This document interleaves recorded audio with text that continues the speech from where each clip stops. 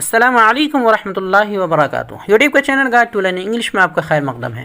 میں ہوں محمد شہاب الدین، ایک نئی ویڈیو کے ساتھ۔ دوستو، آپ کو یاد ہوگا شروع میں ہم نے بتایا تھا کہ سینٹینس یعنی جملہ چار طرح کے ہوتے ہیں: اسرٹیو، انٹروگیٹیو، ایکسکلیمیٹری اور امپیریٹیو۔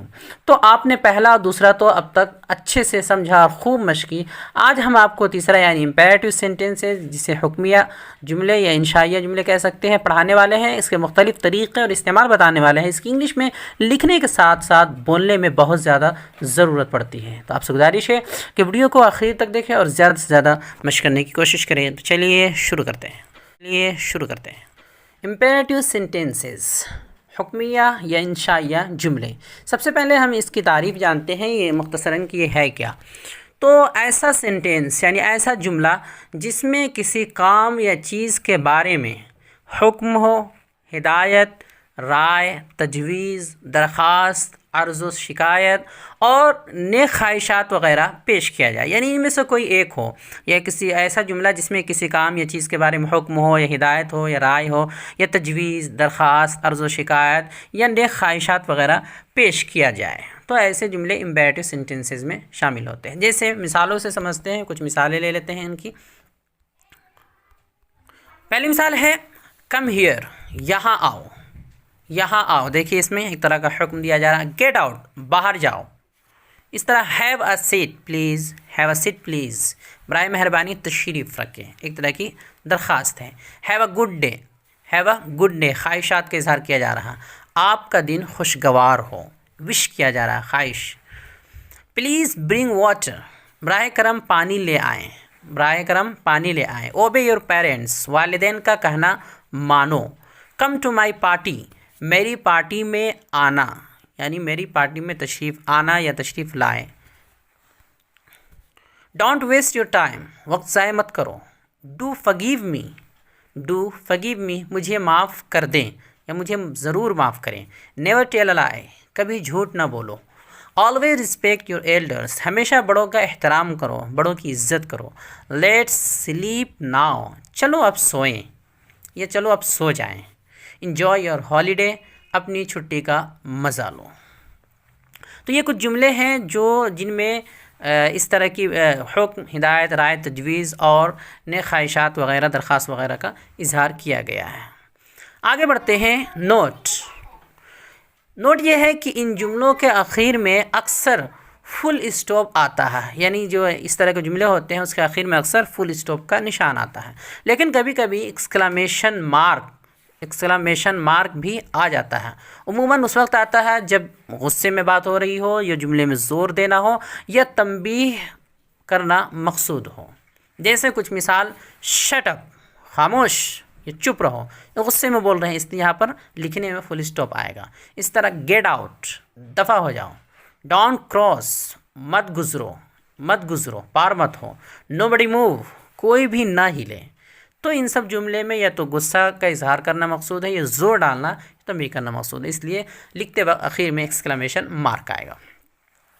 آگے بڑھتے ہیں نوٹ نمبر 2 کی جانب۔ دوسرا نوٹ یہ ہے کہ یہ جملے منفی اور مثبت یعنی افرمیٹیو اور نیگیٹو دونوں ہو سکتے ہیں، یعنی دونوں طرح بنائے جاتے ہیں۔ نیز حال اور استقبال یعنی پریزنٹ اور فیوچر دونوں کے بارے میں ہو سکتے ہیں۔ جیسے ڈونٹ موو، ہلنا مت، یہ پریزنٹ کے بارے میں، ابھی کی بات ہو رہی، ہلنا مت۔ اس طرح سٹ ہیئر، یہ پریزنٹ کی بات ہو رہی ہے، حال کی، یہاں بیٹھو، ابھی کی بات ہو رہی ہے۔ اس طرح don't forget to do your homework, اپنا ہوم ورک کرنا مت بھولنا۔ تو یہ آگے کی بات ہو رہی ہے، حال کی بات نہیں ہو رہی ہے، آگے کی بات ہو رہی ہے، فیوچر کی، کہ ہوم ورک کرنا مت بھولنا، ہوم ورک کر کے آنا۔ اس طرح ڈو کم ہیئر ٹمورو، کل یہاں ضرور آنا، یہ بھی فیوچر کی بات ہو رہی ہے۔ تو دونوں طرح کے جملے اس میں معنی اس میں ادا ہوتے ہیں۔ آگے بڑھتے ہیں۔ اگلا ہے فارمیشن آف امپیریٹیو، حکمیہ جملے بنانے کا طریقہ۔ کیسے بنتا ہے، آخر اس کا طریقہ کیا ہے؟ اس کے بنانے کا طریقہ بہت ہی سمپل، بہت ہی آسان ہے۔ بس ورب کی پہلی شکل یعنی جو فرسٹ فارم ہوتا ہے، یعنی بیس فارم جسے کہہ سکتے ہیں، فرسٹ فارم، اس کو شروع میں لے آتے ہیں اور یہ جملہ بن جاتا ہے۔ جیسے گو دیئر، وہاں جاؤ، گو کیا ہے، فرسٹ فارم ہے۔ اس طرح کم ہیئر، کم ہیئر، یہاں آؤ، کم فرسٹ فارم ہے۔ سٹ ڈاؤن، بیٹھ جاؤ۔ لک ایٹ می، مجھے دیکھو۔ سلیپ ناؤ، اب سو جاؤ۔ گیٹ اپ، بیدار ہو جاؤ. تو سب میں دیکھیے فرسٹ فارم یعنی ورب کی پہلی شکل کا استعمال کیا گیا ہے اور یہ جملے تیار ہو گئے. اگر منفی جملہ بنانا ہو، اگر ان کے منفی جملے بنانے ہوں تو شروع میں صرف ڈونٹ یا نیور کا استعمال کرتے ہیں. یا تو ڈونٹ لگا دیں یا نیور کا استعمال کرتے ہیں تو منفی جملہ یعنی نیگیٹو سینٹینس ان کا بن جاتا ہے. جیسے ڈونٹ موو، موو تھا فرسٹ فارم، شروع میں ڈونٹ لگا دیے. حرکت مت کرو، ہلو مت. ڈونٹ فرگیٹ ٹو میٹ می، مجھ سے ملنا مت بھولنا. ڈونٹ بی کوائٹ، خاموش مت رہو. ڈونٹ بی سلی، پاگل مت بنو. نیور کم لیٹ، دیر سے ہرگز مت آنا. نیور کا مطلب ہرگز، ہرگز نہ کرنا کوئی کام، دیر سے ہرگز نہ آنا. نیور ٹیل اے لائی، کبھی جھوٹ مت بولنا. Never speak to me like that again, مجھ سے دوبارہ کبھی ایسے بات مت کرنا. مجھ سے دوبارہ ہرگز ایسے بات مت کرنا. کبھی یہ ہرگز کا ترجمہ کر سکتے ہیں. اگر درخواست یا گزارش کرنی ہو تو شروع میں پلیز یا کائنڈلی کا استعمال کرتے ہیں. جیسے پلیز گیو می اے بک، مجھے ایک کتاب دیجیے. پلیز ڈونٹ سٹ ہیئر، برائے مہربانی یہاں نہ بیٹھیں. Please don't make a noise, شور نہ کریں. پلیز ہیلپ می، برائے مہربانی میری مدد کریں. کائنڈلی لیو می الون، مجھے اکیلا چھوڑ دیں.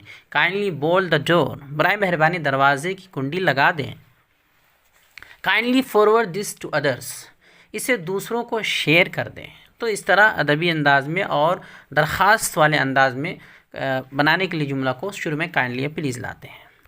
اگر صلاح و مشورہ، درخواست اور معافی یا شکایت والے جملے میں تھوڑی تاکید کرنی ہو یا اسے ادبی اور مہذب بنانا ہو تو مثبت جملوں کو شروع میں ڈو کا استعمال کرتے ہیں. جو افرمیٹیو سینٹینس ہوتے ہیں اس کے شروع میں ڈو لگا دیتے ہیں تو تاکید اور ادبی ہو جاتا ہے. جیسے ڈو ٹیک اے سیٹ، ضرور بیٹھیں.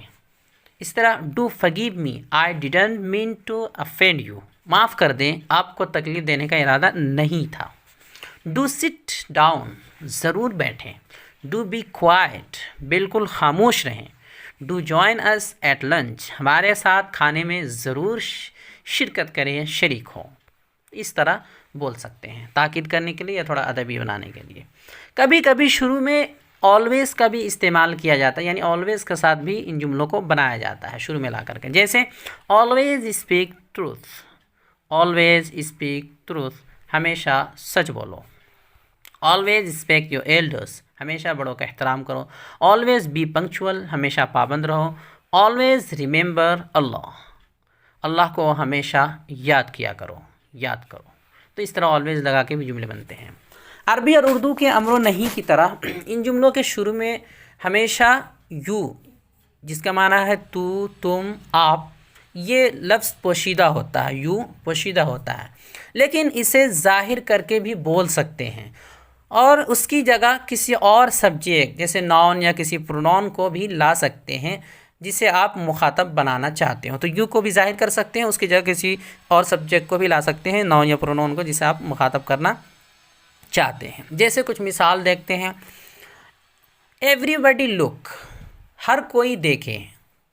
ایوری بڈی، اب آپ کا مخاطب ہر کوئی ہے، ایوری بڈی ہر کوئی ہے تو یہاں پر ایوری بڈی جو سبجیکٹ کے طور پر اس کو لایا گیا. ایوری بڈی لک، ہر کوئی دیکھے. اس طرح ریلیکس ایوری بڈی، سب آرام کر لیں. نو بڈی موو، کوئی بھی نہ ہلے.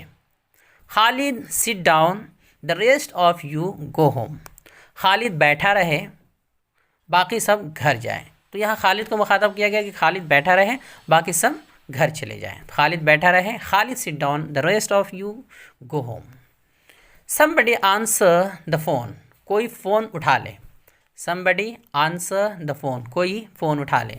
You keep out of this, تم اس سے دور ہی رہو. تو اس طرح کسی بھی نون یا پرونون کا استعمال کیا جا سکتا ہے جس کو آپ مخاطب کرنا چاہتے ہو سبجیکٹ کے طور پر، لیکن ورب جو ہے وہ ہمیشہ فرسٹ فارم ہی رہے گا، اس میں کوئی تبدیلی نہیں ہوگی.